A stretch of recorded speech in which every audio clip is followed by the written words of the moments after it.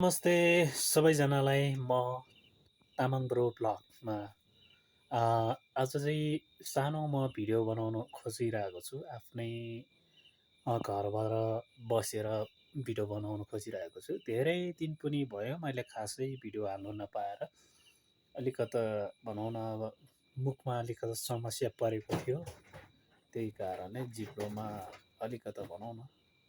त्यस्तै के समस्या परेको थियो भनौँ न यस्तो खटेरा सटेरा आएको थियो त्यही कारणले खासै बोल्नु नसकेको कारणले साथीभाइहरू त्यसको लागि म क्षमा माफी माग्न चाहन्छु धेरै दिन पनि भयो मैले अनि औषधिहरू पनि खाइरहेको छु अलिअलि थोरै थोरै अहिले चाहिँ ठिक हुँदै आइरहेछ औषधिहरू खाइरहेछ प्लिज साथीभाइहरू तपाईँहरूको माया साथ सपोर्ट पायो भने यसै गरी नै मलाई तपाईँहरूले सन्चो होस् मेरो स्वास्थ्य राम्रो होस् ठिक होस् भनेर तपाईँहरूले मलाई प्रार्थना गरिदिनु होला त्यही नै भन्न चाहन्छु र आगामी दिनमा पनि मैले यसरी नै मेरो भिडियोहरू बनाउन सकौँ भनेर तपाईँहरूले चाहिँ मलाई सक्दो कुराहरू माया दिनुहोला र धेरै दिनपछि म चाहिँ आज आफ्नो तामाङ ब्रो भ्लगबाट आफ्नो भिडियो बनाउन गइरहेको छु यो पछाडि हेर्न सक्नुहुन्छ यो सबै मेरो दिदीको कोठा हो र तपाईँहरूले देख्न सक्नुहुन्छ यो दिदीको कोठा हो र उहाँको यो कोठा हो उहाँहरू चाहिँ अहिले यहाँ हुनुहुन्न उहाँहरू चाहिँ कहाँ अहिले चाहिँ इन्डियामा हिमाचलमा हुनुहुन्छ उहाँ चाहिँ लगभग उहाँहरू जानुभएको चाहिँ त्यस्तै हुनुभयो उहाँहरू त्यस्तै हुनुभयो उहाँ चाहिँ 3 वर्ष जति हुनु लाग्यो अब खासै धेरै पनि भएको छैन र म पनि बोल्नमा अलिकता कस्तो आउटफिल पनि भइरहेछ होइन कस्तो होइन गाह्रो भइरहेछ तैपनि होइन म कोसिस गरिरहेको छु इन्टरटेनमेन्टहरू मनको अब अरू कुराहरू देखाउन गइरहेको छु तपाईँहरूलाई होइन अब खासै मोबाइल राम्रो छैन गतिलो मोबाइल छैन त्यही कारणले खासै भिडियो राम्रोसँग बनाउन सकेको छैन त्यही नै हो अब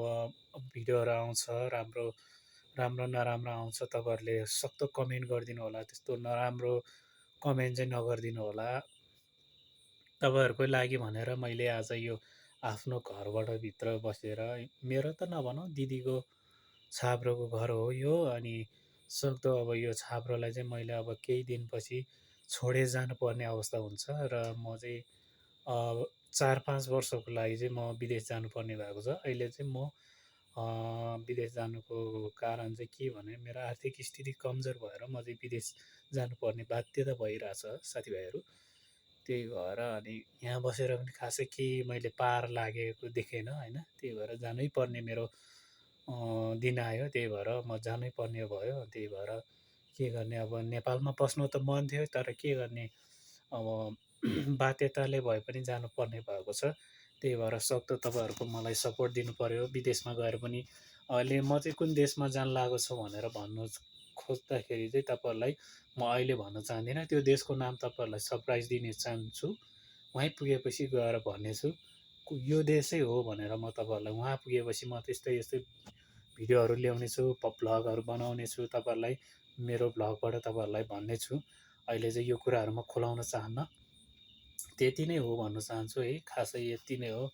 अनि आज चाहिँ घरभित्र छाप्रोभित्र बसेर बनाएको एउटा यो मेरो भिडियो हो सक्दो तपाईँहरूले माया गरिदिनु होला कति मिनटको छ कति मिनटको भिडियो हुन्छ मलाई थाहा भएन बरु तपाईँहरूले यो भिडियोलाई सकभर मेरो माया गरिदिनु होला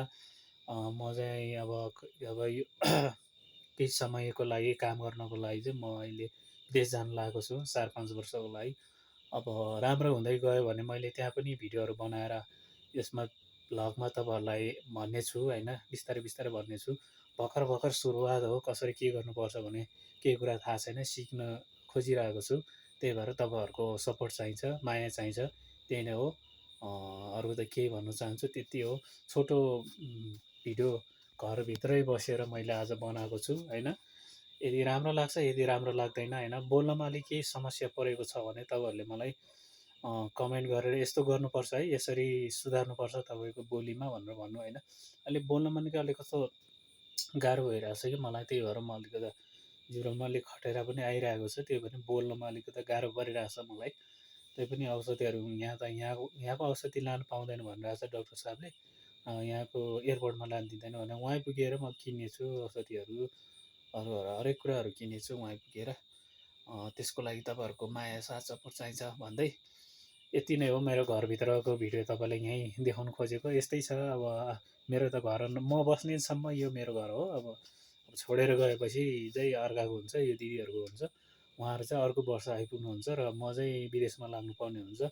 अहिले चाहिँ मेरो भिसा पनि आइसकेको छ। भिसा आइसकेर म टिकटको वेटिङमा बसिरहेको मात्र हो। अब टिकट आइसकेपछि म चाहिँ यो छाप्रोलाई मैले छोडेर जानुपर्ने अवस्था हुन्छ। त्यसको लागि त्यही भन्न चाहन्छु। अनि खासै राम्रो भिडियो पनि आयो आएन तपाईँहरूले भनिदिनु होला। अब बोल्नमा पनि एकचोटि बोलिन्छ कि दुईचोटि बोलिदिन्छ, अलिकता अप्ठ्यारो महसुस भइरहेछ। त्यसको लागि तपाईँहरूले कमेन्ट भनिदिनु होला। अनि त्यही हो है भन्दै आजको भिडियोलाई म यति नै भन्नु खोजेको छु। भिडियोलाई कस्तो राम्रो लाग्छ, मन पऱ्यो भने लाइक कमेन्ट अनि सब्सक्राइब गरिदिनु होला भन्दै आजको भिडियोलाई म यहीँ इन्ड गर्न चाहन्छु। By by.